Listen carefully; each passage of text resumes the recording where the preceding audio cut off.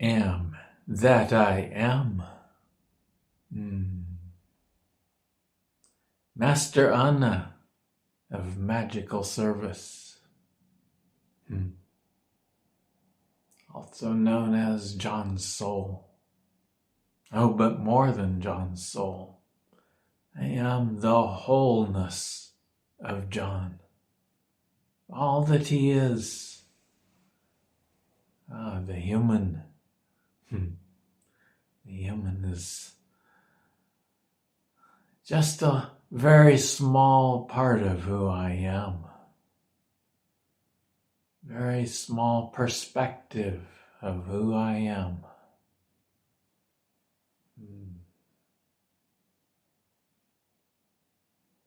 And you, dear friends, are discovering the wholeness of you. The river of you. The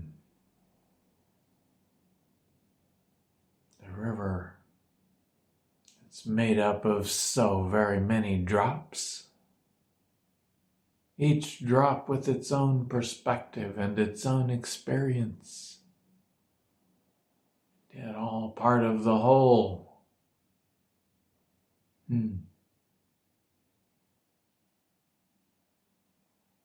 now these drops are not other people.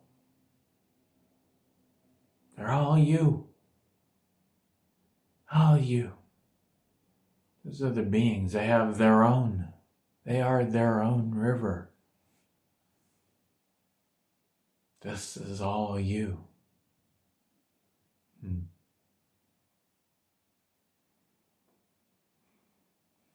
There are some other humans in your river.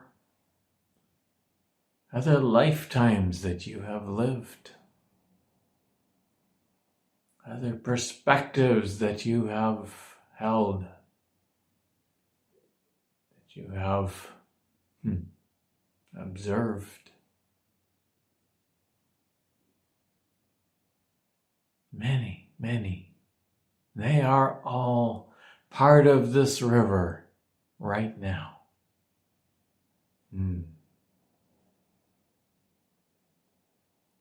So, in our last message, we talked about how the river flows. And John started putting it together, preparing it to publish.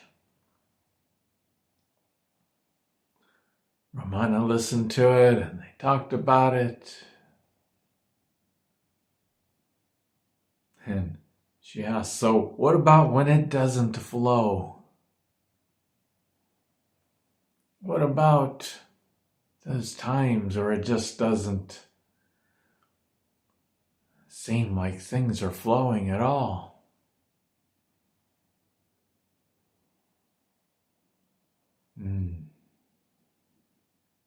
John realized we need a follow-up message to talk exactly about that, about when the river doesn't seem to flow.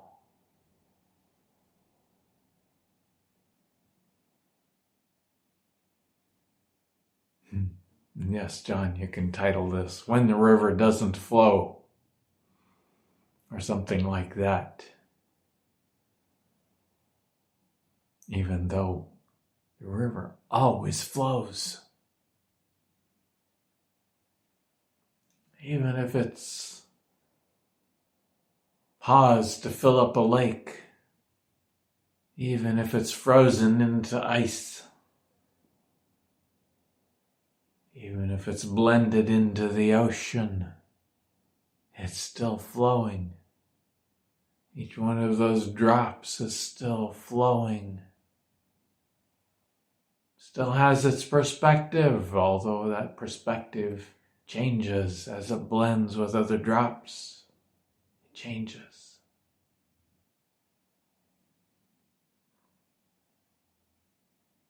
And you see, you've been on a long journey as this river. Now, it's a metaphor. In a very real sense, it's all happened in the blink of an eye. Everything in this lifetime, everything in every other lifetime has all happened in the blink of an eye.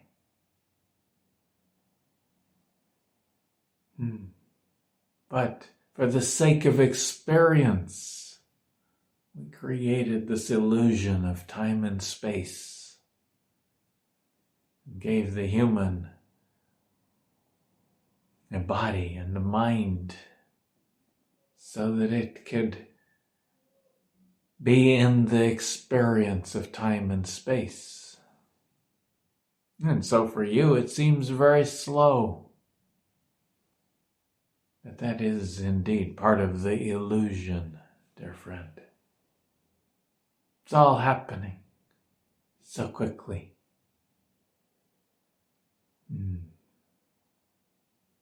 And yes, there are those times when it seems like the river is not flowing. One of the most common replies John has heard over the years as he's told his story that we shared in that last message about being on the train, realizing God was driving, really his soul. The river itself was driving, and his only job was to enjoy the ride, or at least to be present in the ride. He shared that story with many people, and it's helped many people to understand. But there have also been many people who've said, I tried that, and I crashed and burned. I quit my job, and the money didn't come. Or so many different things in life where they've had to jump off that cliff and they crashed and burned on the rocks at the bottom. I said, so sorry, but it doesn't work. Didn't work for me. Well,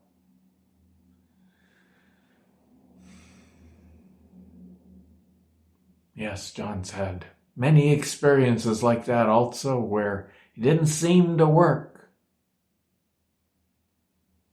But in hindsight, he can see how perfect the river was flowing and how it actually did work. The problem is that it didn't fulfill his human agendas. That's the key, dear friend. If you surrender to this river expecting your human agendas to be fulfilled, expecting everything in your life to suddenly feel like peaches and cream, and everything nice, then you're going to be disappointed, because that is not the nature of this river.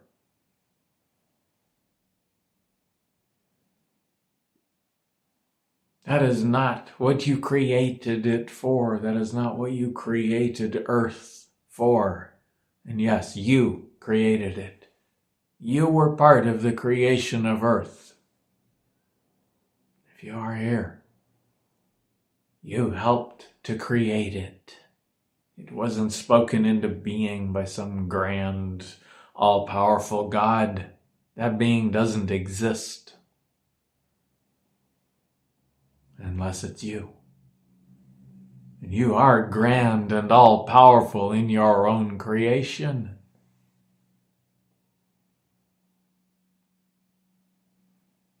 So you created this earth for a specific purpose. You went on this journey for a specific purpose. And I'm going to piss some of you off here. We're going to say categorically that purpose was not to have a lot of fun, to have a lot of beauty. That was not your purpose. Not at all. No, you've discovered a lot of fun and a lot of beauty along the way, but also a lot of pain, a lot of frustration and confusion, a lot of very difficult experiences. Because that's what you came here for. You came here to understand yourself, to discover yourself, to understand how your creator energies work.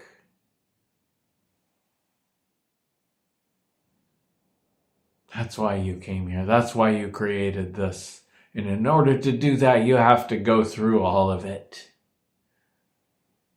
The good, the bad, the beautiful, the ugly, the pleasure, the pain, the clarity, the confusion, all of it. That's what you came here to do. So you cannot say that the river is not flowing when it doesn't fulfill your human agendas, because it is. It is fulfilling your original purpose. It is fulfilling the agreement you have with your soul. It is, at this point, bringing you to the completion of this very intense, very beautiful, also very dark and ugly journey. Oh, what a journey it has been. Very soon, as you open to your soul's perspective, you'll begin to see and to feel how incredibly beautiful it has been. Even in the ugliness, even in the pain and the suffering, and all of it. Oh.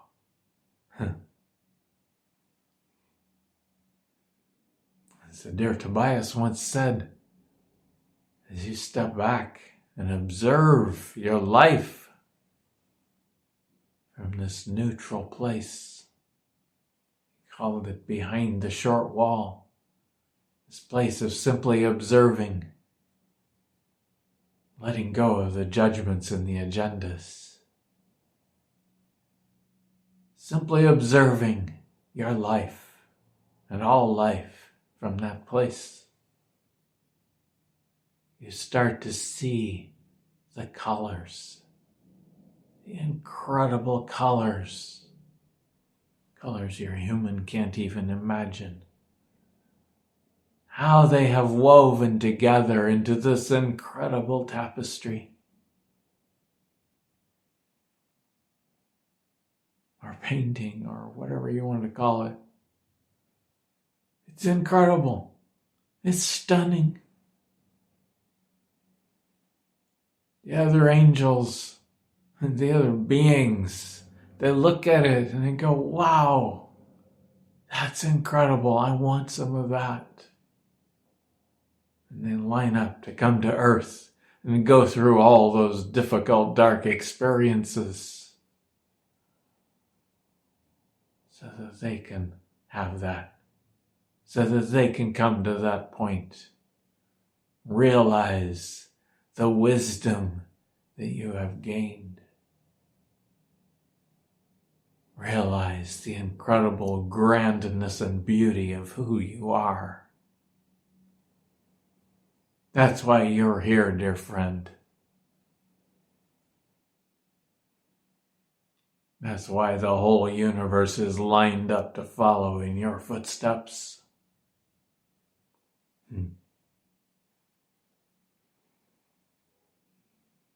So,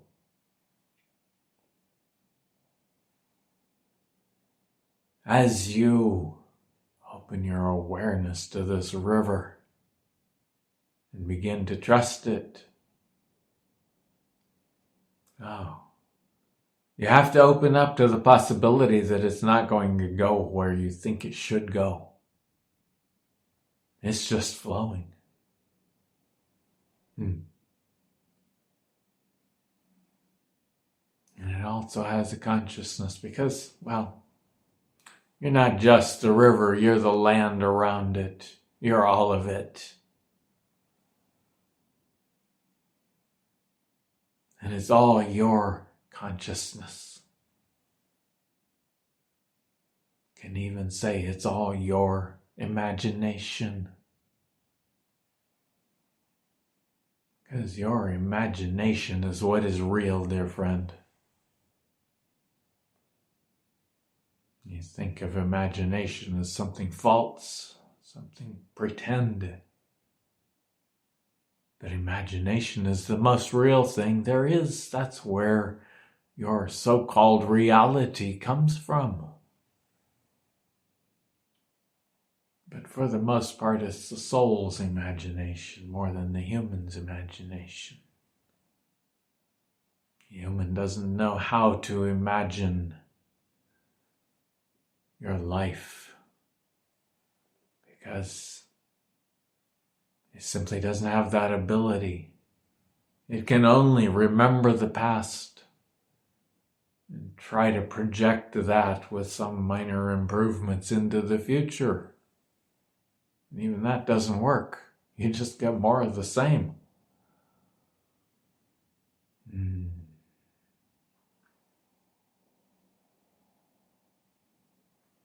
all that you see, all that you feel is you.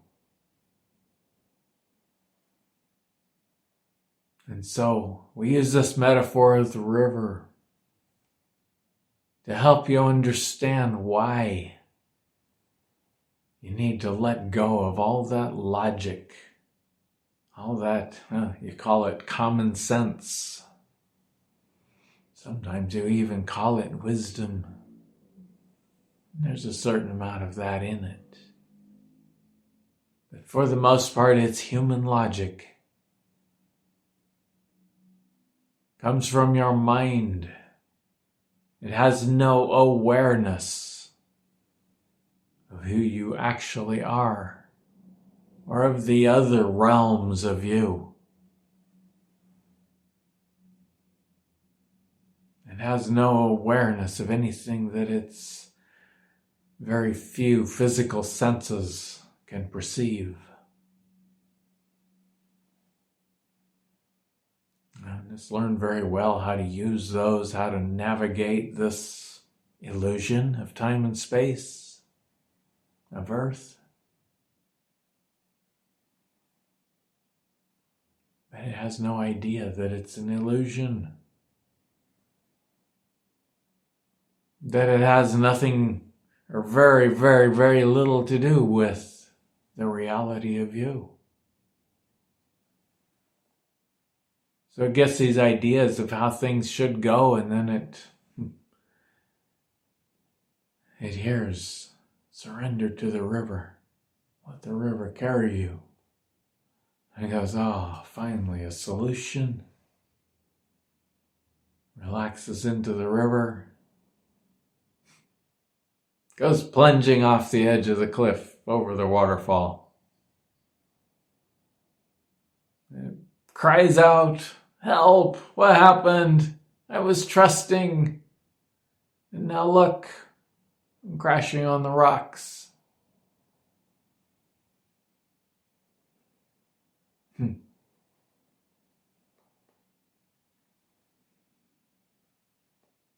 Well, there's two parts to that. One is, if you're freaking out and all your attention is on those rocks down there, you're never going to feel the wings as they show up, become available to you. You're too focused.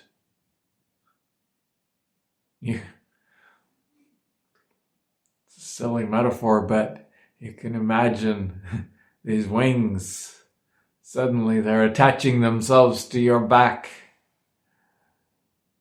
preparing to lift you away out of the waterfall into a whole new reality. But all you can see is those rocks down there, and you're so panicked you can't even feel those wings, let alone use them. And so, of course, you crash on the rocks.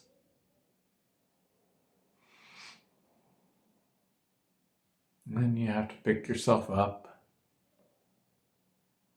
crawl back into the river,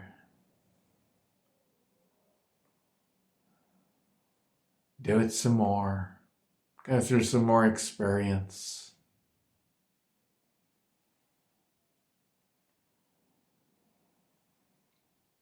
Until you finally start to learn to trust it again. Then you go through the same cycle. You go over the waterfall, you panic. Your wings are useless and you crash and burn. Over and over and over again. Until finally, you do it consciously and you say, all those things I thought were so important, they don't matter anymore. And I have to let my reality shift. Because otherwise I might as well just die. And I'd rather die than keep on going the way I've been going.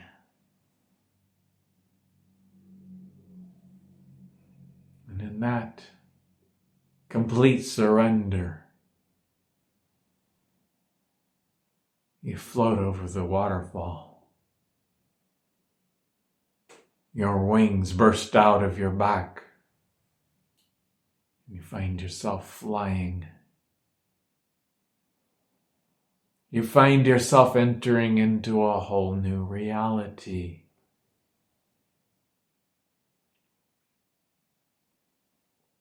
Now it can be sometimes just a little portion of your reality. Sometimes it's much more. John finally surrendered to the one driving the train. Finally took his hands off the controls because he realized he had no ability to get that train across the empty spaces and around the barriers. But his soul did. This old man driving the train knew exactly what to do. When John finally surrendered to that, the money he needed showed up the very next day.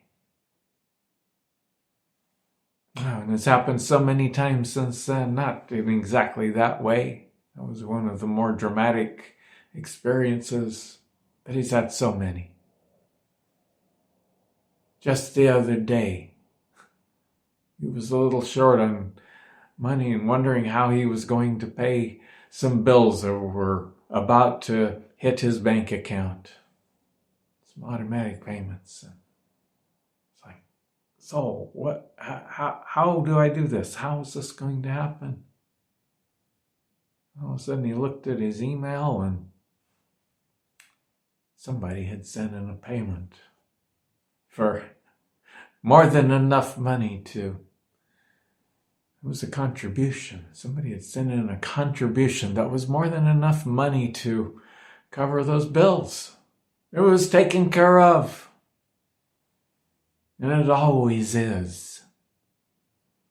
His human still panics at times. So what? Why is it so hard? His soul just goes, take a breath, John. Step back. Allow it to unfold. And you see, there are other times when something needs to change. And the human isn't ready to let go yet and allow that change to happen. In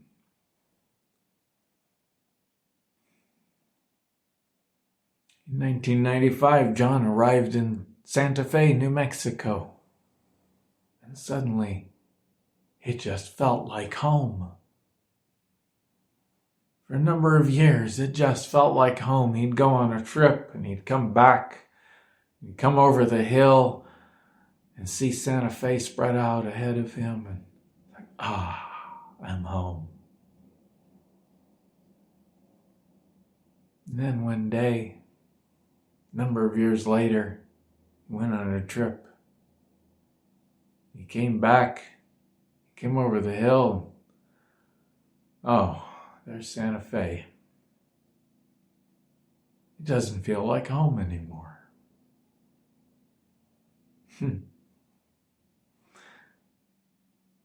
That was a little confusing to John. He didn't know what it meant or what to do about it, but he started having a feeling that he was going to be going somewhere else. So he tried to go through life like usual, and his business kind of dried up. Money stopped coming in. Suddenly he found he couldn't pay the rent on his apartment. And he was like, what's happening? It's the first time in a long time he hadn't been able to pay the rent. He still had food, the essentials for life, but he couldn't pay the rent. And finally, I was able to get through to him and say, John, you need to move. It's time to go. You need to get rid of everything you own that doesn't fit in your little pickup truck. And go. Because it's time. It's time for the next phase of our journey. So he finally heard that. He said, okay. About that time, he went. He talked about it with a friend, and friend said, well, you can stay here at our house, for we have an extra room. You can stay here for a little bit until you figure out what you're doing next. Oh, okay. So he held a moving sale, got rid of everything he couldn't fit in his pickup truck, moved into a room in the friend's house. Still thinking, I don't know what I'm doing. I don't know where I'm going. This doesn't make any sense.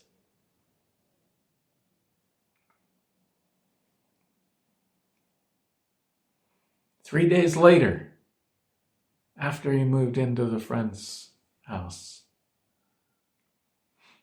he traded some computer work with another friend for a massage. And he was laying there on the massage table,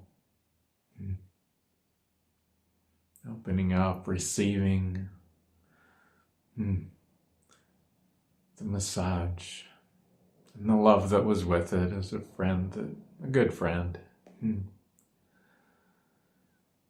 And all of a sudden, he heard me say, you need to go to Spokane.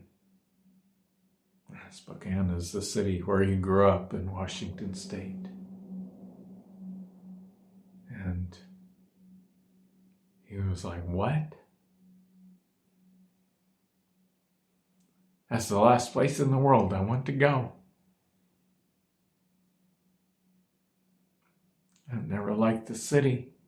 My family is there. I don't really want to deal with them right now.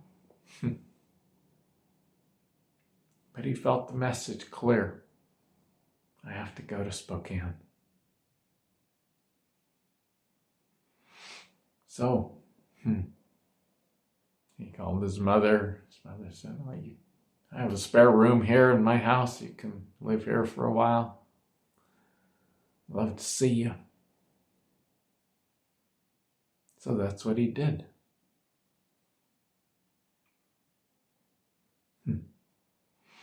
Lived at his mother's house. Dealt with some old issues within himself. There were plenty of those coming up then.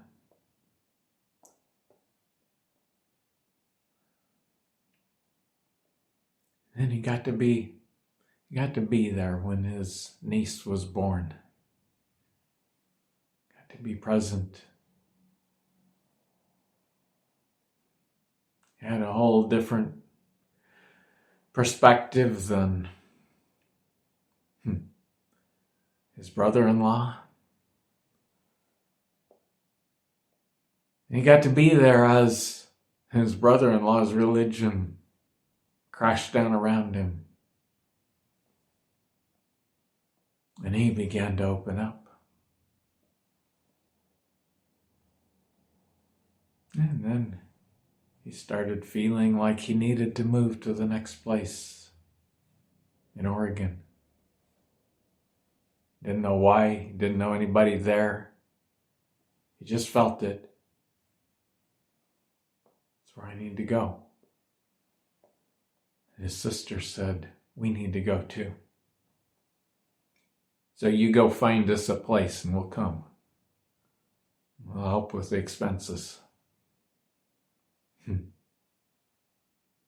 So he did. He lived there with them for, another half a year. And then it was time to go back to Santa Fe.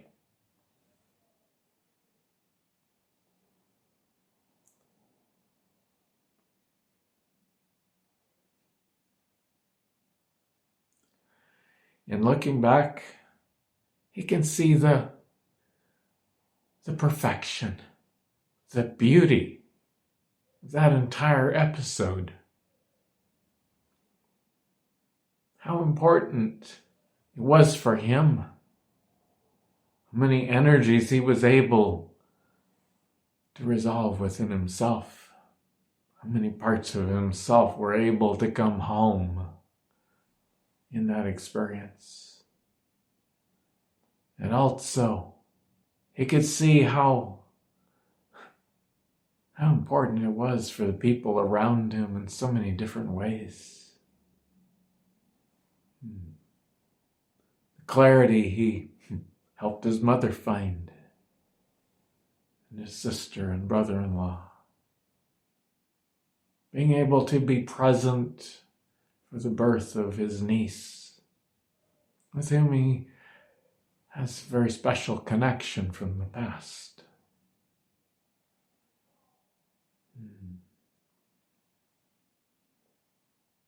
And it set the stage for many things to come. So, you can see how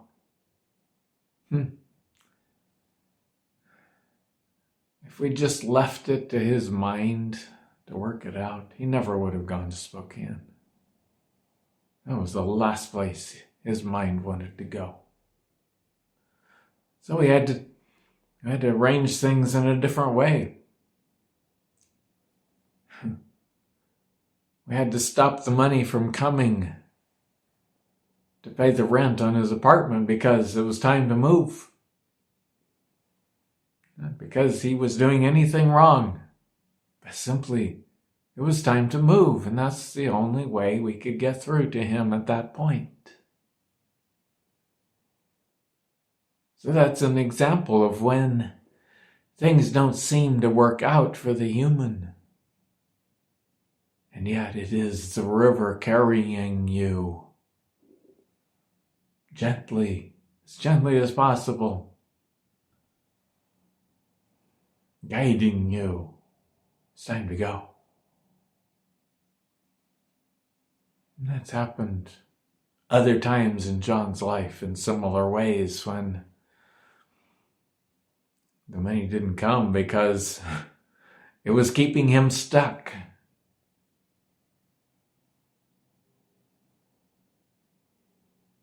And it was time to go.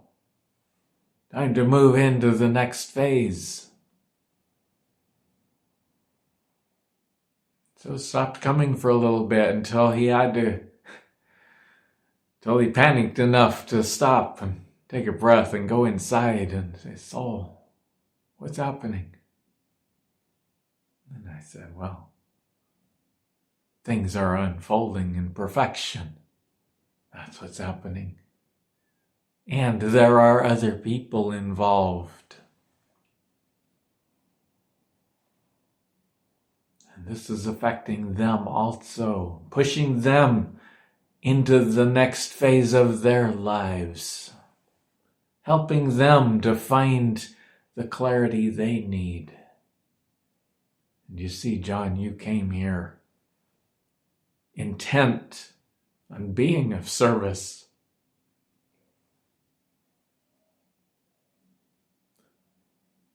And that's what we're doing.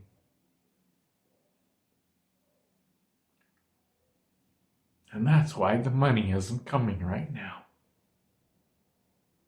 Because that's serving in a whole lot of different ways that the human doesn't understand, can't understand, can't even be aware of. Because it's affecting somebody else's reality. And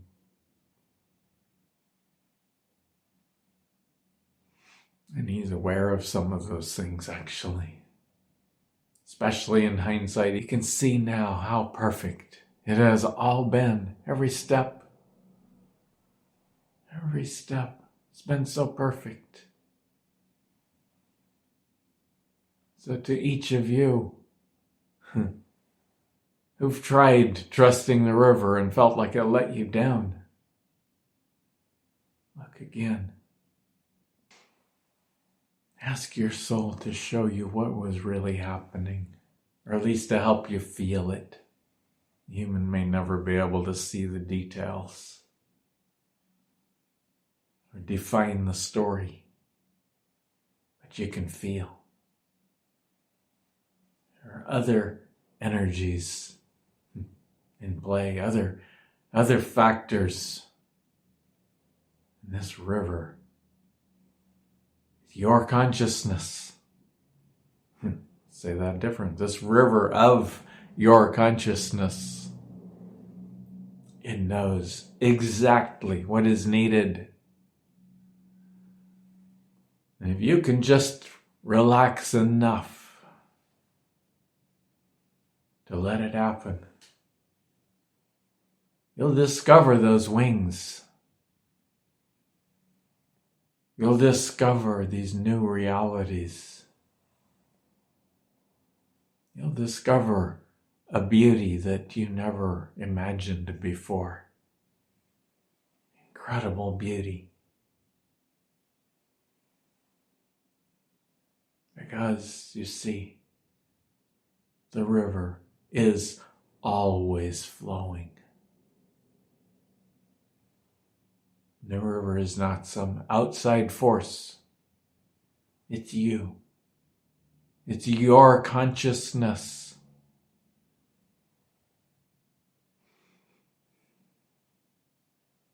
Or you could say it's your energies managed by your consciousness.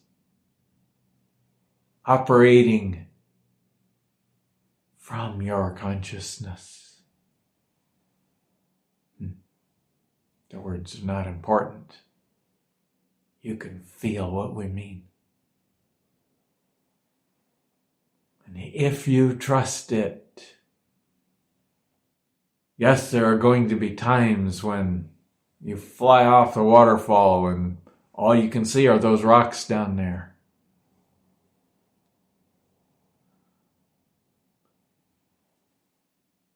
And if you can not panic, that's hard at first. It's still hard for John sometimes. And that experience was almost 30 years ago.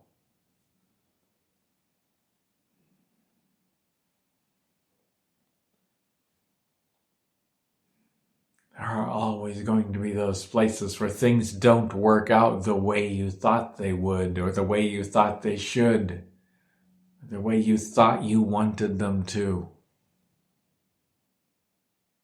If you trust them anyway, be in presence with those things, with this river, with this flow, wherever it takes you.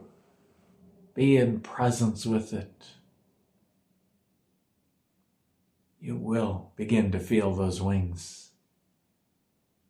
You will come to a place where you look back and go, wow, I had no idea, but that was so perfect.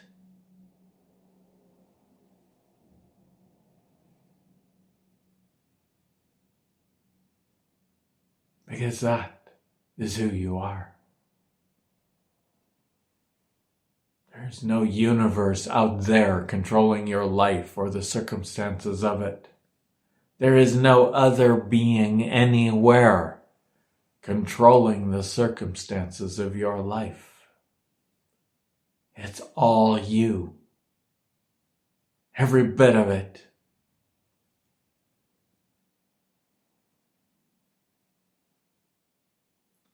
When you realize that, when you realize that you, the human, are not the one in control, you're simply the experiencer. And start to trust those experiences. You will discover a whole new clarity, a whole new peace,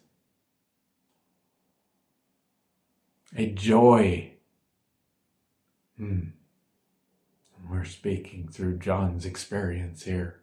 You will discover a joy and a peace and a presence underneath it all.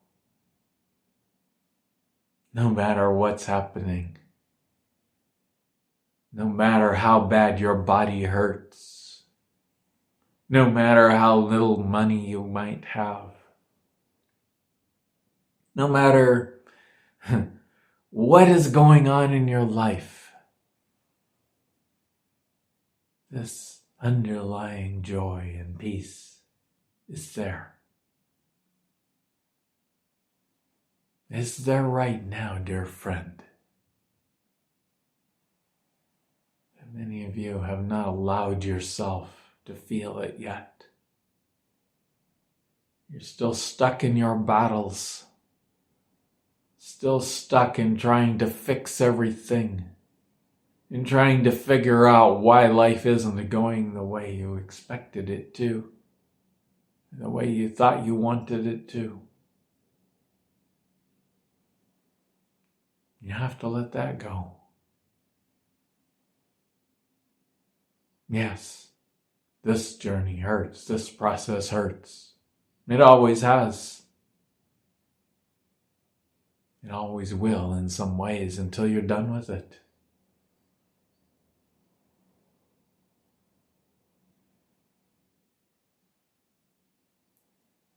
But as long as you're battling it, you're not done. As long as you're trying to change it or fix it, you're not done.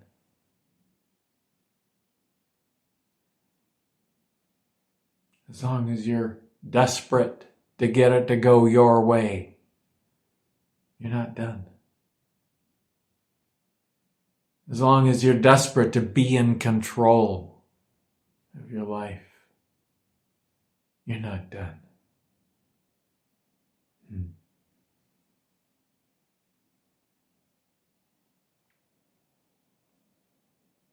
It's been this month. It's been 10 years since John experienced what he calls his realization. It's different for everybody.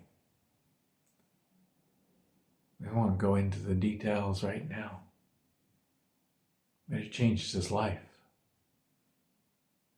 Because and the essence of it was about no more. No more battles, no more struggles, no more trying to figure it out. No more trying to be in control. And that launched him into a journey of, there was a period there, well, everything since then actually, but in particular, there was a period right then that was just incredible. How the flow worked, how things unfolded for him in ways he never expected.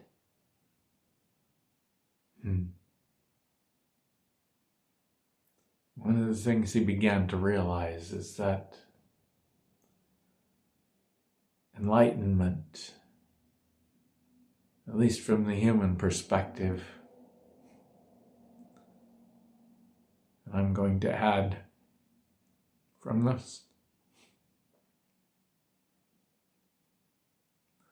the soul perspective as well.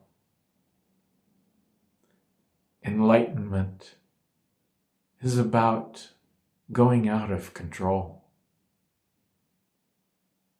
About you come to this place where you realize you never have been in control from the human perspective. And trying to control your life just makes it hurt worse. And it blocks you.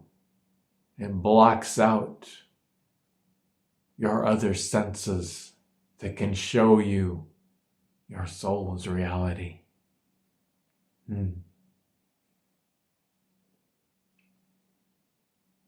So John started to feel that.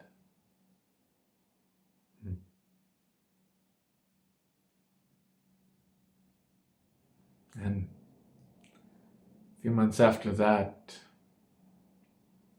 he was traveling one day from Colorado to Oregon, where his ex-partner lived. And she had his cat, Toby, whom he loved so much, but Toby didn't like traveling in John's van. So he stayed with her. And she needed to travel for a few weeks, and so John said, I'll come take care of Toby while you're gone. So that's where he was going. It was the last day of the trip.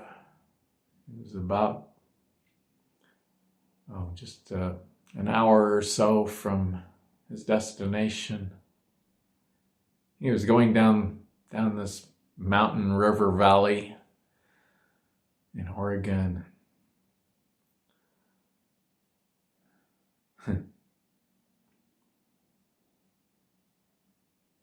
He came along and suddenly there was an umbrella, a big beach umbrella, fully opened up, laying in the middle of the road on the oncoming traffic lane. This is out in the woods. There was a stream crossing the road right there, and it was in the middle of the bridge over that stream. He thought, that's such a strange sight. It was a cloudy, rainy day. There wasn't anybody on any beach there. You didn't see anybody else around but this big, colorful rain umbrella. And he drove past it. Cars coming the other way were having to slow down and deal with it. And he drove past and he was watching in his rearview mirror.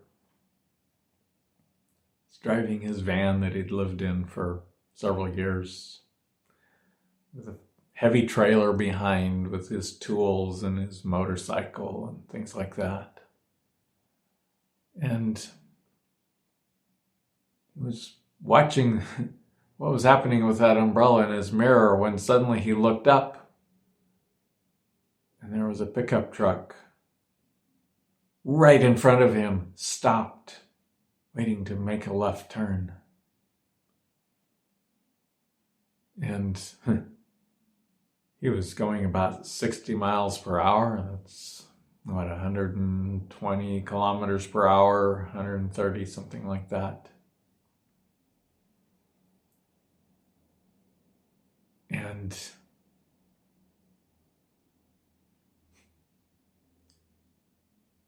he looked, and there was nowhere to go. There was not room to get around that pickup truck. There was a drop off on the side of the road and trees, a narrow shoulder. There simply wasn't room. And there was traffic coming, so the pickup couldn't turn immediately. And of course, John panicked, slammed on the brakes, his wheels were sliding, and he knew he was not even going to slow down hardly before he hit that truck. And he's still not sure what happened. He felt calm somehow. He thought of Toby, and not getting there to be with Toby.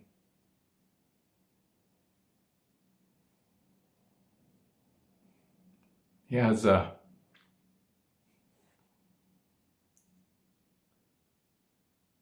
vague feeling of something like, no, this isn't my reality. It wasn't words that he said, it was just feeling. And at that point, suddenly, he still can't explain it, but suddenly, his foot came off the brake. The van swerved. He heard something fall over in the kitchen in the back. And the next thing he knew, his foot was on the gas. He was accelerating, still doing 50 miles an hour.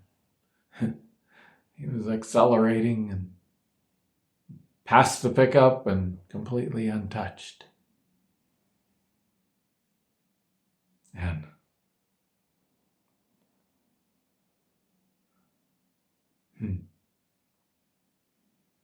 he still has no human explanation for that.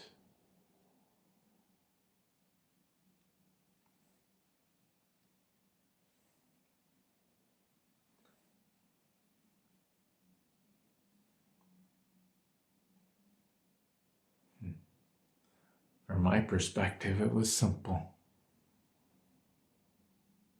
I just shifted time a little bit. Shifted reality a little bit. He was on the other side of the pickup truck and going on down the road.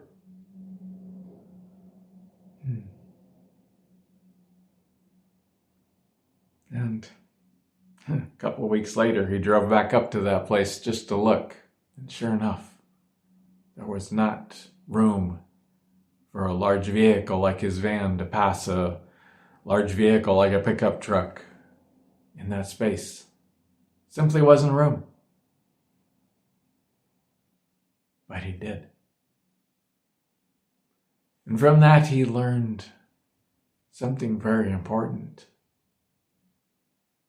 And he knew at that point, he knew that was a message for the future. Message for him to remember. Yes, indeed. The enlightened, embodied life is out of control. The human has to let go of control or it won't work. It'll hurt so bad. If he had maintained control, kept his foot on the brake, he probably would have died in the next second or two.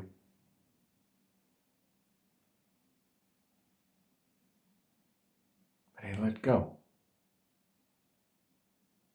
I was able to do things with his body that he couldn't have done from the human perspective and with his reality, because he let go.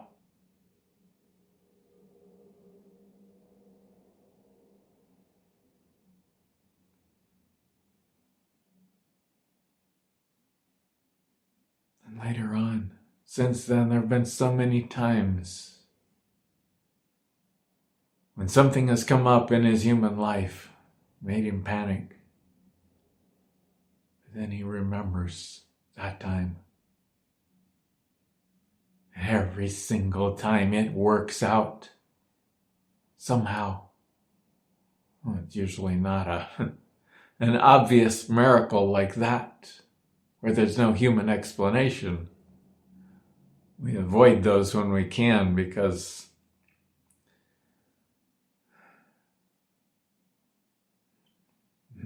that's important right now, because of the world you live in. There's almost always a human explanation for how things work out.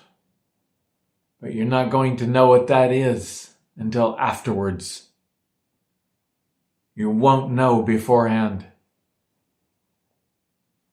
So many things, so many ways that things have worked out were ways that John couldn't possibly have imagined.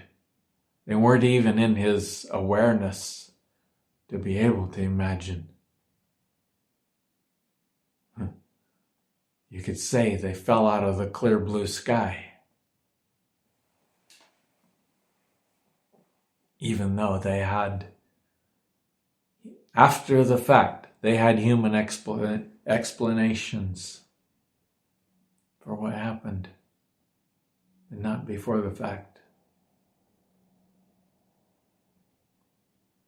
And that's how life in the flow is.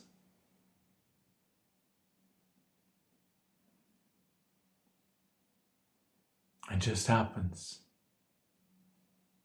And it is always, always, always for your best good.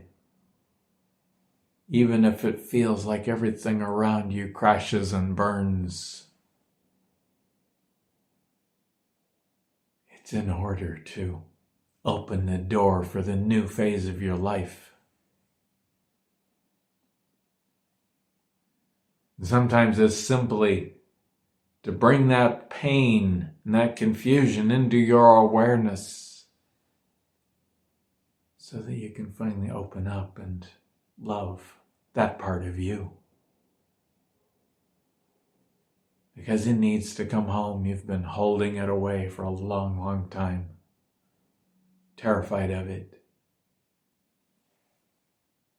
That part of you, that seemingly dark part of you, needs to come home also. And until it does, you cannot move forward. There are many of those. They're all coming home now, if you let them. But you have to surrender to this river, because it's only in the river that they're safe to come home.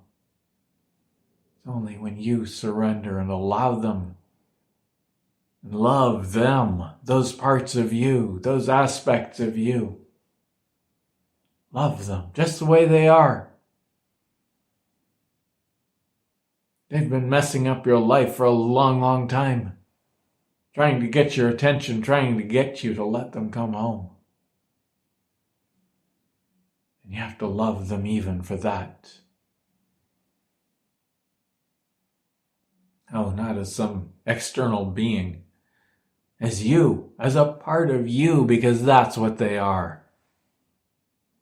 They are a part of you, and you cannot move forward from here without all of you integrated and whole. So, I want you to hear this very clearly. Everything in your life right now, without exception, is about you coming home to you. Can you allow that to happen? Can you trust that process? Oh, it's hard for the human. But you can do it, or you wouldn't be here. It takes a huge amount of trust. It takes an absolute letting go of control. It takes putting down all of your weapons and simply being in presence with whatever is happening. Stop trying to fix it. Stop trying to manipulate it. Stop trying to make it better. Stop trying to make it hurt less. Just be in presence with it. Some of you are already shouting, "Yeah, I did that and it didn't work. It still hurts." And you have entirely missed the point. You don't be in presence with these things in order to make them stop hurting, or in order to fix them or change them. That's just more of the same. Manipulation and control. It's a power game. Let it go. Let it hurt. Let the money not be there. Let the body hurt. Let whatever it is that's happening, let it happen. Be in presence with it instead of trying to fix it. How long? For as long as it takes. Until you can be truly okay with it, however it is. And then it probably will change. Because everything changes. As you drop your battles, be in presence with things as they are, it opens the door for things to begin changing in a whole new way. But that's not the point. And if you're coming at it with that as your point, it won't work. It'll make it hurt worse. Be in presence with pain, with the darkness, with the confusion, with the fear, whatever. Be in presence with it. And then live your life consciously. Do what you want to do, not what other people say you should do. And allow the pain to be there. Whatever kind of pain it is, allow it to be there. Having it there doesn't mean you've failed.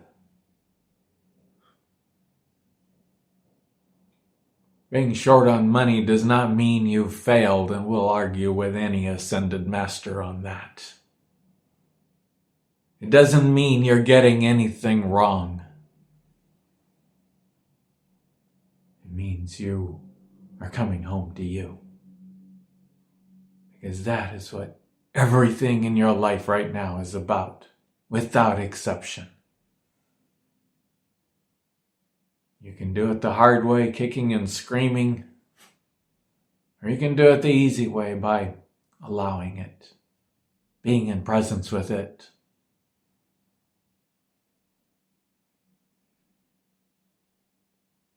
It'll still hurt for who knows how long.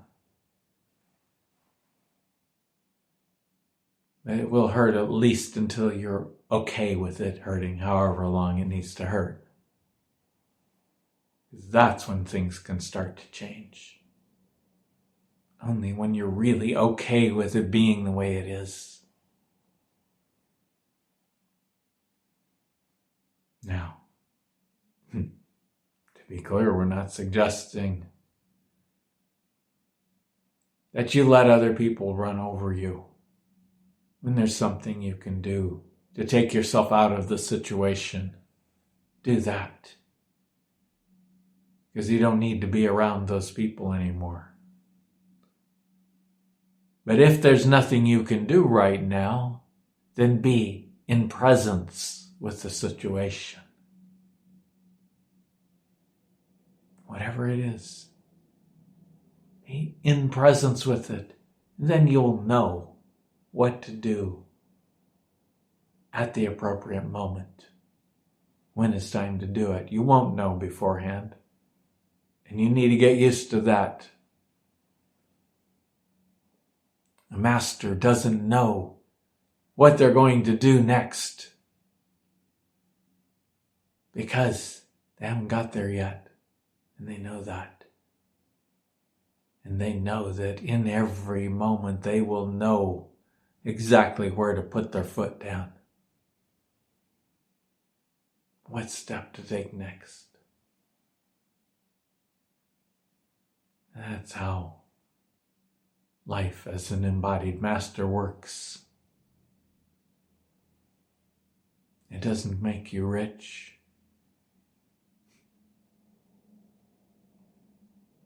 It doesn't make you perfectly healthy. Those things might come at some point. But they're not going to come until you're okay with being just the way you are.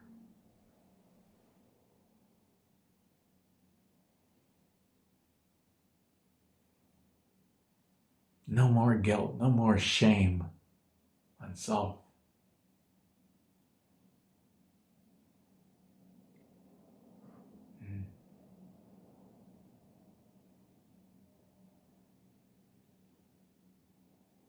John went to a men's workshop one time. He was feeling confused about a lot of things. He talked to this friend about it, and he said, "Oh, I know exactly what you need." And he introduced him to the Mankind Project's New Warrior Training. John kind of shied away from that name, but he trusted this friend, so he went. Turned out to be a life-changing weekend. At some point, he was doing some personal work with the group. They had an opportunity for every man to be the focus for a little while, and it was his turn. He was excited because he'd been watching all these other men go through theirs, make these big breakthroughs. It was his turn, and suddenly he was blank. He had no idea what to work on and what to do. So they did the best they could with him, and he was feeling frustrated, like he was missing this opportunity to make a big breakthrough. And they had him do a trust fall, where he backs up to the edge of the stage and falls into the arms of the men below backwards. Yeah, that was no problem for him. He knows about things like that. And he took one look at the men down there and knew they could catch him, and so he just fell off, and that was fine. Then they set up a gauntlet. 2 lines of men facing each other. They had him pick someone to represent his goal. Well, he had no idea at that point what his goal even was. But he picked this old white-haired man to stand in for his goal. And then he pushed his way through this gauntlet, these men trying to hold him back. And he pushed his way through and finally got to the end. And he came out and he looked in that old man's eyes. And suddenly, he wasn't an old man anymore. He was God.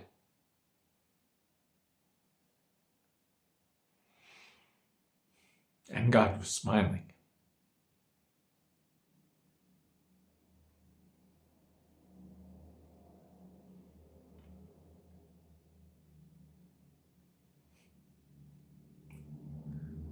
And that was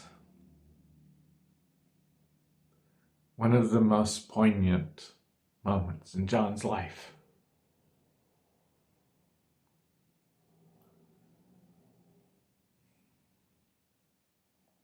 Because for all of his life, he tried so hard, so very hard, to be a good boy, to be good in the eyes of God and of the people around him.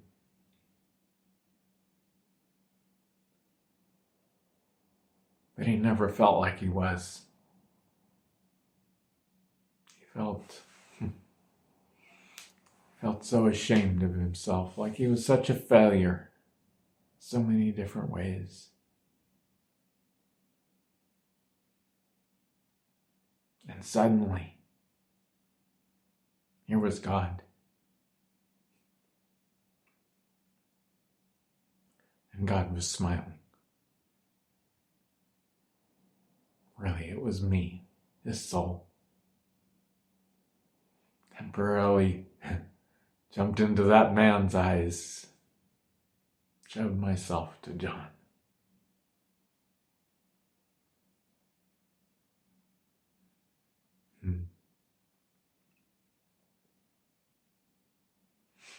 A little bit later, they were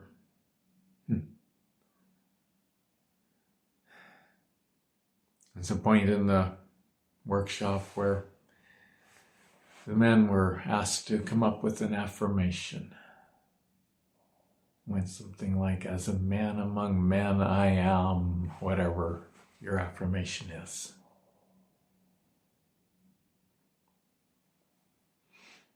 And,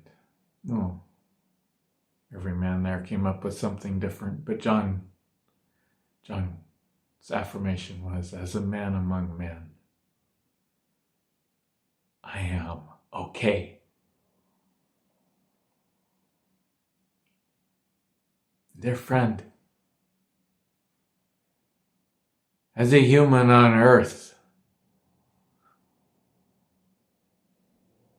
as a being existing in all the realms,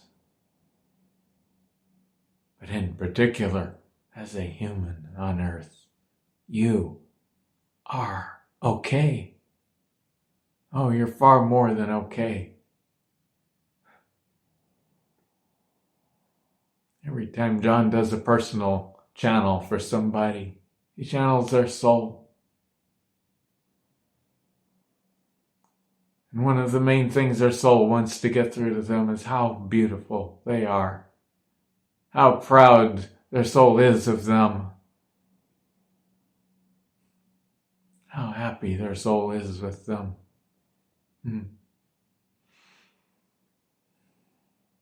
How much their soul loves them.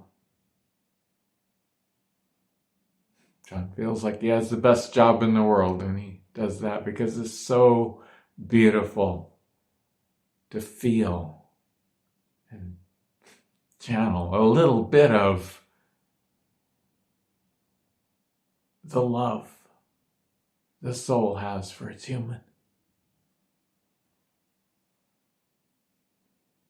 Dear friend, your soul has that for you. Whether you've allowed yourself to feel it or not, it does. And you are okay. There's nothing you are getting wrong. Nothing that you need to get right. You are exactly where you and your soul want you to be. Even if it doesn't make any sense to the human.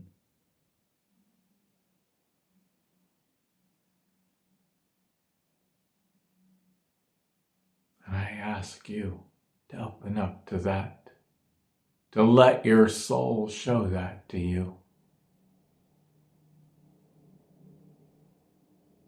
You want to schedule a session with John? I'll be there, his soul, to facilitate the introduction and make the bridge between you and your soul. And you'll be able to feel it. That's the whole point. We don't give a lot of answers to the problems in your life in these sessions. But we help you feel your soul and his love for you.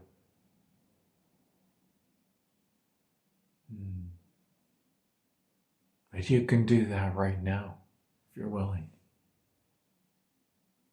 Your soul is you. It's not some being outside of you, so stop looking out there. John did that for a while. He kept looking for me outside until he finally realized I'm right here. I'm him. And much more, but I'm still him. And then he began to be able to feel me. Not as someone different, but simply as a broader perspective. That's all I am. I'm a broader perspective. Allows him to see the world in a whole different way.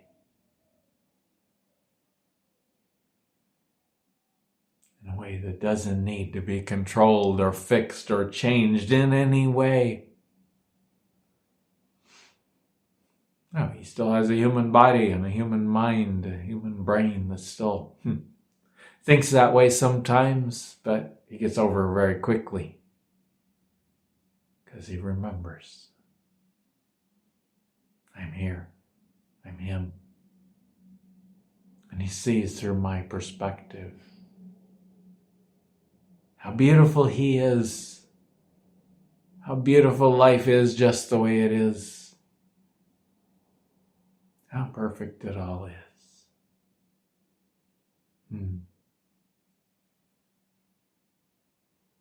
It's a dear friend. The river never stops flowing. It's always flowing. Even in a block of ice, there's movement in the molecules there within that block. It's always flowing. And don't get stuck in the human metaphor, because that's all it is, a metaphor.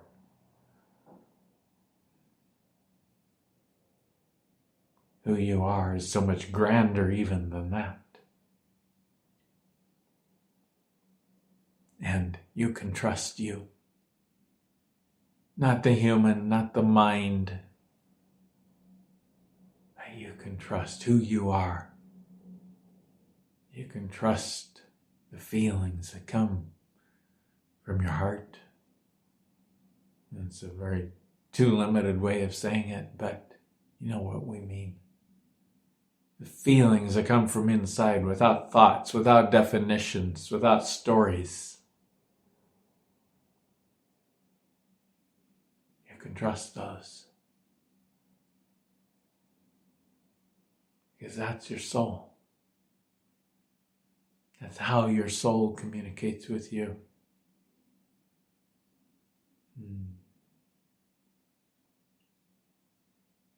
So,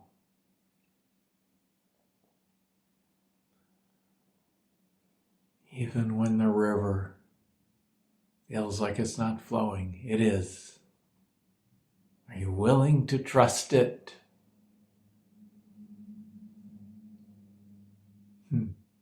Even unto death.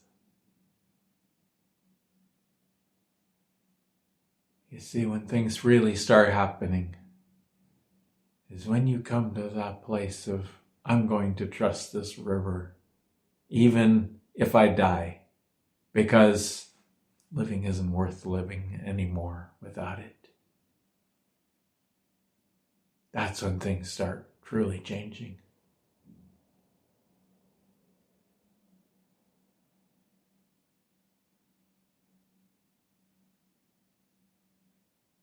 It's not about saying, I want to die because it hurts too much. That's a cop-out. You can do that if you really, really want to, but you'll be back to go through it again. Or you can simply be in presence. Allow the pain.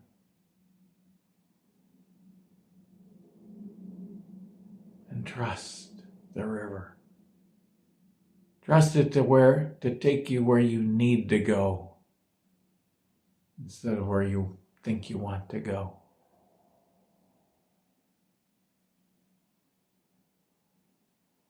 And indeed, that brings so much beauty into your life. But there will still be challenges. There will still be anything that's still inside of you that keeps you from trusting. Keeps you from trusting that river implicitly and completely. That consciousness of you. Anything that keeps you from that has to come up. Be allowed home.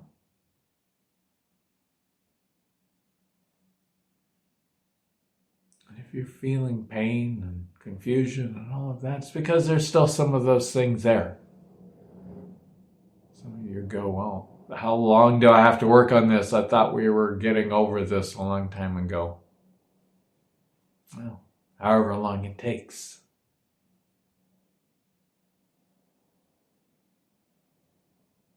You're actually doing it very quickly. And if you went any faster, you'd lose your mind and then your body, and then you'd have to come back and do it again. So, is that what you want?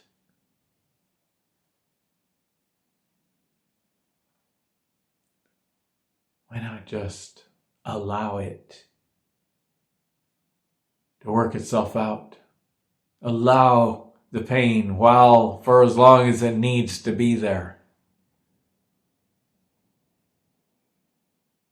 Because when you do, then your soul can work with these parts of you. It takes them some time to trust you enough to come home, to find out if you're real or if you're just going to panic and say, it doesn't work and I'm going back to whatever hell I was in before. Because at least it's familiar.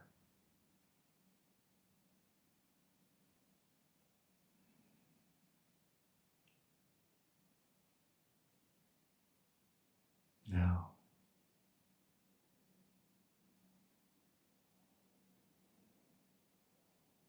trust yourself.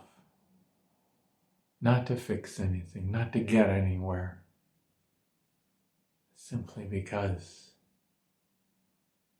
that's the way forward.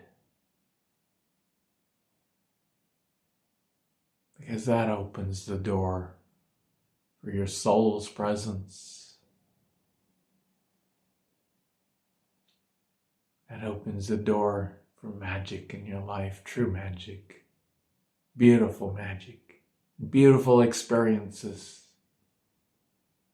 And when the not so beautiful ones come along, trust those too. And make your decisions consciously. If something doesn't feel good, it doesn't matter if it makes sense or not. If it doesn't feel good, it is not your path. And if it doesn't make any sense at all, but it feels good inside you, it makes you feel lighter, makes you breathe more easily, that's your path.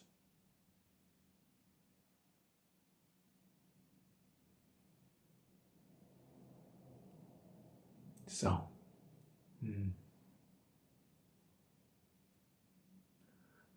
I can tell you, as John, as his soul, and from my own experiences as Anna in another lifetime, it does work. But you have to let go. You have to let go of your agendas. Some people call them desires, but there's nothing wrong with desire. But if you're attached to it, it becomes an agenda. And that's a boulder in your road.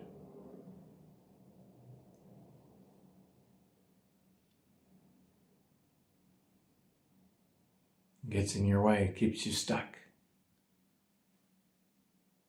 So let go, be in presence with everything just the way it is. And then you will know if there's something you need to do.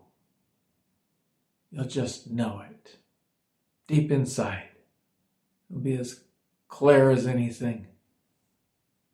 And it'll feel right. It'll feel good. Maybe not passionate, maybe not excitement. Don't look for excitement. That's not good guidance. That's emotions. Mind stories.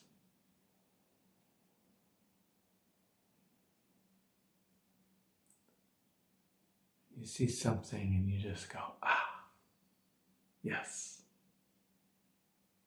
That would feel so good. That's the thing to act on. That's how John got to Europe. Found himself married in a beautiful relationship. One day an email came, said, "You should come to Greece and get some hugs." And he thought, yeah, that feels so good. And his mind jumped in and said, how could I do that? I don't have any money. I don't have any whatever.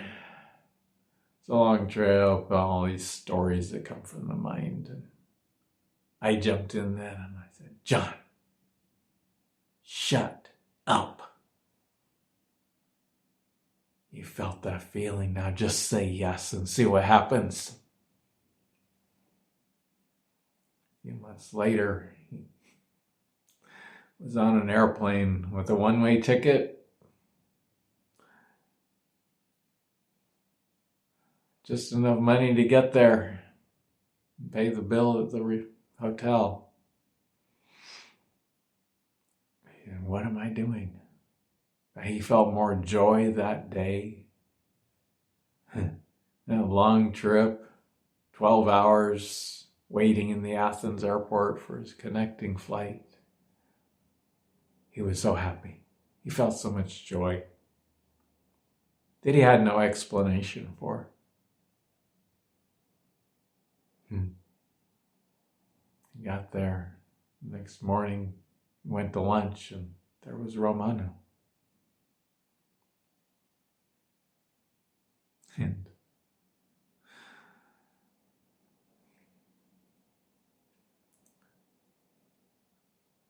2 weeks later, he was asking her to marry him.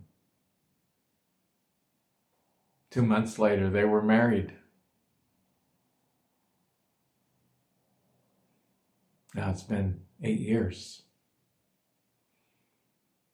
And they're so happy. That's the kind of thing that can happen when you surrender to the flow of the river.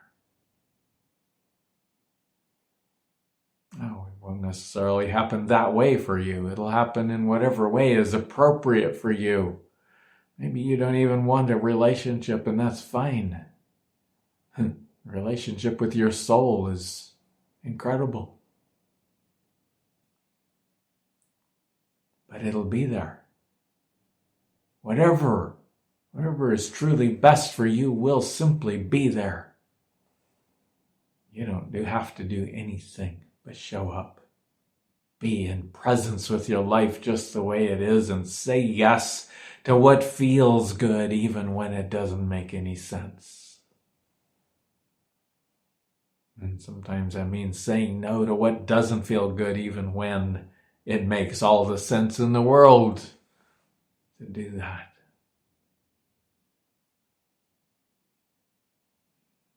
We could talk about many other experiences, but it's time to wrap up this session. So, trust the river, dear friend. It is carrying you. You can fight it. You can swim around. You can get on a boat and paddle upstream as hard as you can, but you'll wear yourself out. You'll crash into the rocks. You'll hurt. Or you can take a breath and surrender. Let the river carry you. And so it is.